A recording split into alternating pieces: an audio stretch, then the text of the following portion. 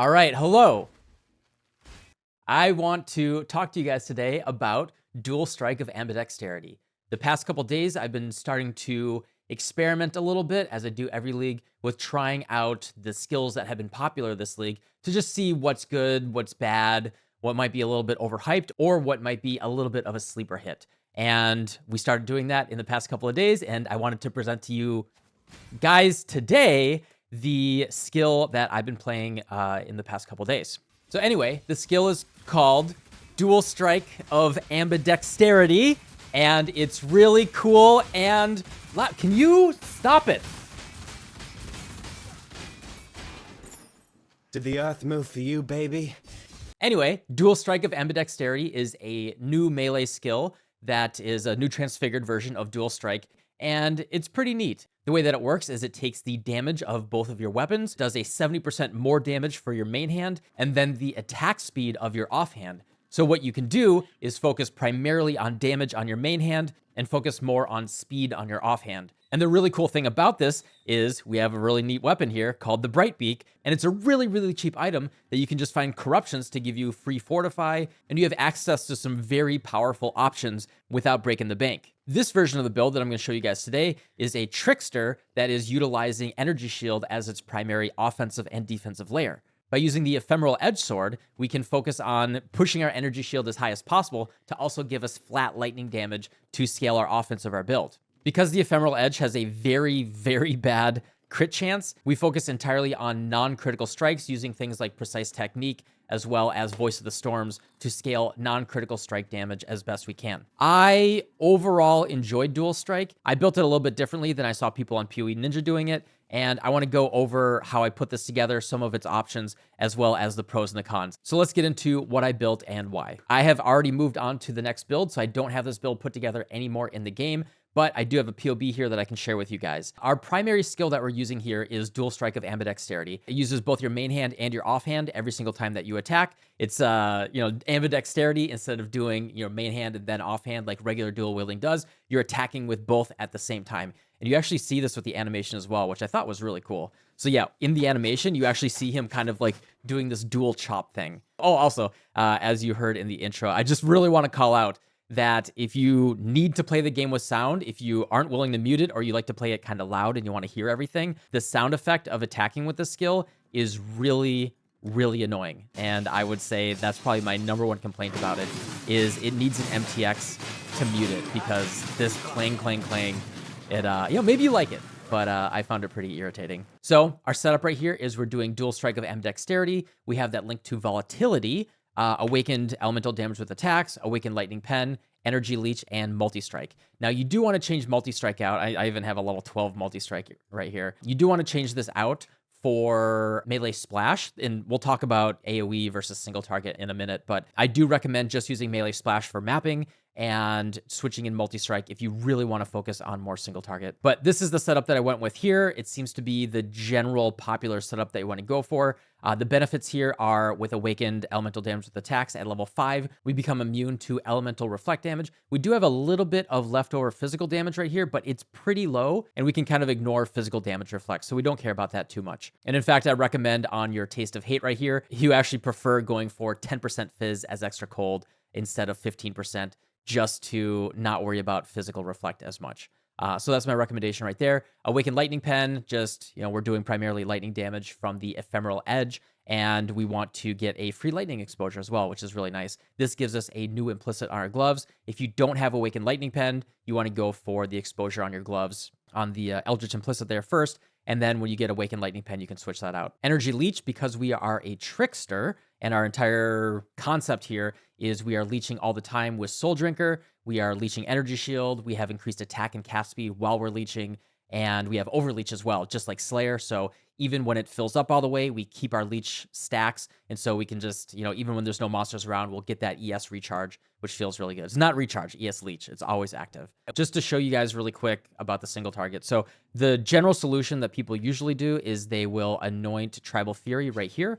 It is an expensive anoint. It takes a gold, silver, and opalescent, which, when you're putting into a high investment build, it's kind of like, who cares? But my whole goal here, for reference, I'm not wearing the gear right now, but my whole goal with this build was to try out skills at like a sub 50 divine level to just see what it feels like if I wanted to invest into a level trying to get to, like a T17 level, T17/Ubers, something like that, just to try them out. I totally recognize that all of these builds that I'm going to try this week that I'm going to show you guys are really good with Mage Blood and lots of money, but that really wasn't the purpose of what I'm looking for. So just to set that expectation. Anyway, what a lot of people are doing is they're anointing Tribal Fury, and they're also going for the strike skills target one additional nearby enemy, and then they're also using gloves for one additional nearby enemy.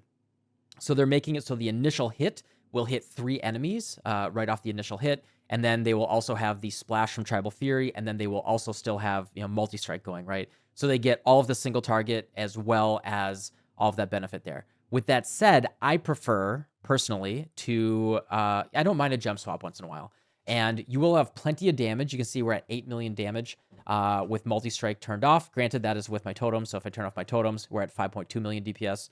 Just that's our mapping DPS without multi-strike. I think that's totally fine.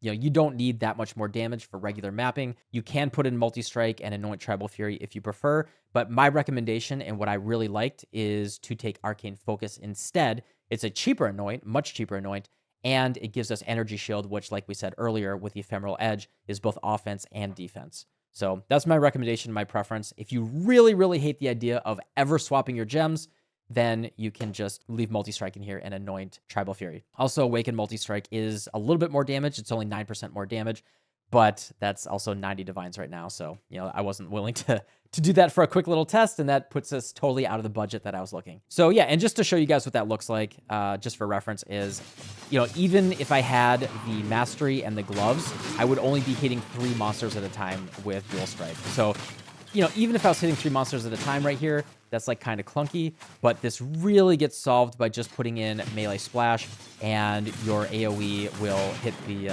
it's not a huge AoE, but it's good enough to pretty much kill a pack of monsters in 1 or 2 hits, and you'll be pretty comfortable right here. And then, like I said, your DPS will be good enough. The demo's a little jank because I've already moved to a different build, so this is what I'm doing right now to show you guys. So moving on, the gem setup here is very simple. The other stuff that we have here, Ancestral Void Tree, Protector, and multiple totems.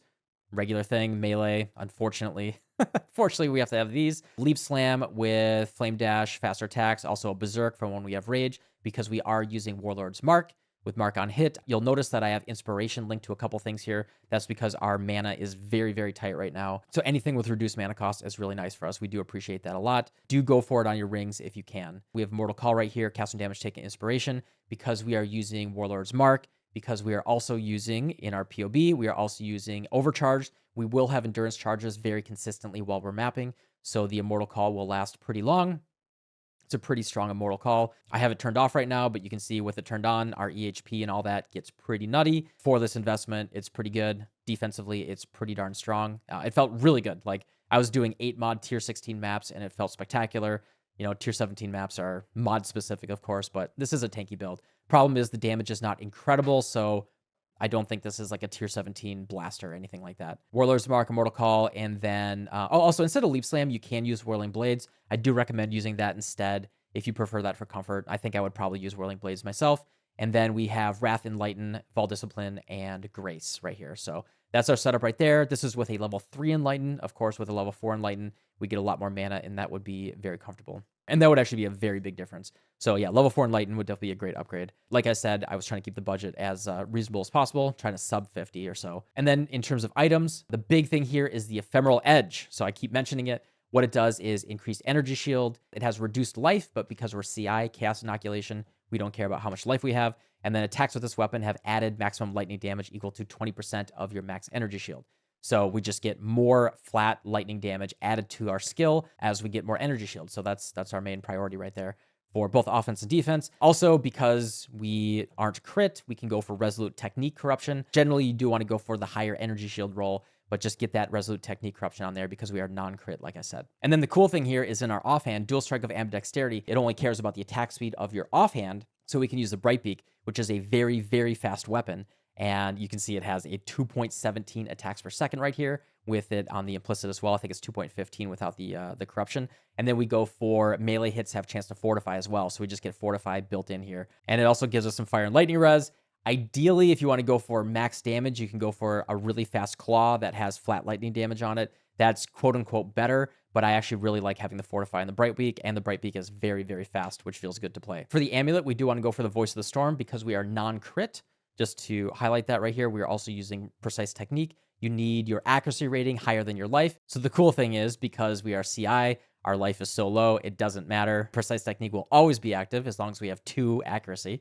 And so you can see if I turn it off, 7.9 million damage goes down to 5.7. Voice of the Storm, this, because we are a non-crit build, this makes our lightning damage with non-crits lucky. We can never crit because we have Resolute Technique right here on our weapon. So because we're never critting, we get lucky damage, which means it rolls twice. Same thing as advantage in Dungeons and Dragons. Because lightning has a very high range, like 1 to 100, you're now going to be averaging much more on the high end because of that. Our other ring, we want to put this in the left ring slot, is Chevron's Revelation. Because we are based around Energy Shield Leech, we really like this for pushing our intelligence higher, as well as getting a gigantic chunk of Energy Shield. We get 330 Energy Shield, as well as 74 intelligence here. Ideally would be an anti-bleed implicit. Cannot be inflicted with bleeding on the corruption on the implicit right there. Would be a little bit better. But yeah, Chevron's Revelation, incredible ring if you're ES based and you have something like Leech or ES gain on hit and you're hitting very often. And then what I'm using right here is the Oxium. And this is something that I didn't really see anyone else using, because usually you're assuming that you don't have power charges. And my configuration right here is entirely based around